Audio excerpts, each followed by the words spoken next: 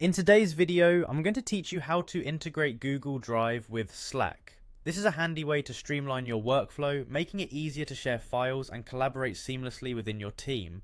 We'll walk through each step together, and by the end you'll have Google Drive successfully integrated into your Slack workspace. To get started, make sure you're logged into your Slack account.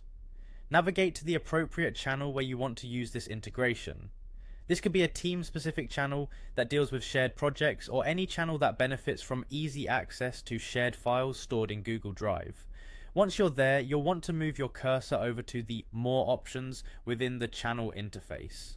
You'll find this option located in the top right corner, usually represented by 3 dots or a similar icon providing more options for channel settings and actions. Hovering over More will bring up a sub-menu of additional functions available within that channel. Among these you'll spot automations. This feature in Slack is all about creating and managing workflows that can automate repetitive tasks. Click on the automations option, which will redirect you to a new page dedicated to setting up these workflows. Next, you want to find the Apps section, which is easily accessible from the automation page itself. Slack's Apps feature allows you to connect a variety of third-party services directly to your workspace, expanding its functionality far beyond mere messaging. Click on Apps and you'll be taken to a dashboard where you can browse and manage all your existing app integrations or add new ones. Within this apps directory, look for Google Drive. If it's not immediately visible, there's a search function that makes finding it straightforward. Just type in Google Drive and it should pop right up.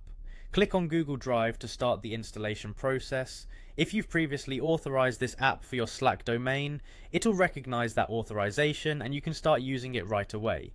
If this is your first time integrating Google Drive with this Slack workspace, you'll need to authorize the connection. This means Slack will request permission to access your Google Drive data. Don't worry, this process is secure. Just follow the prompts, logging in with your Google credentials when needed. This grants necessary permissions and completes the integration.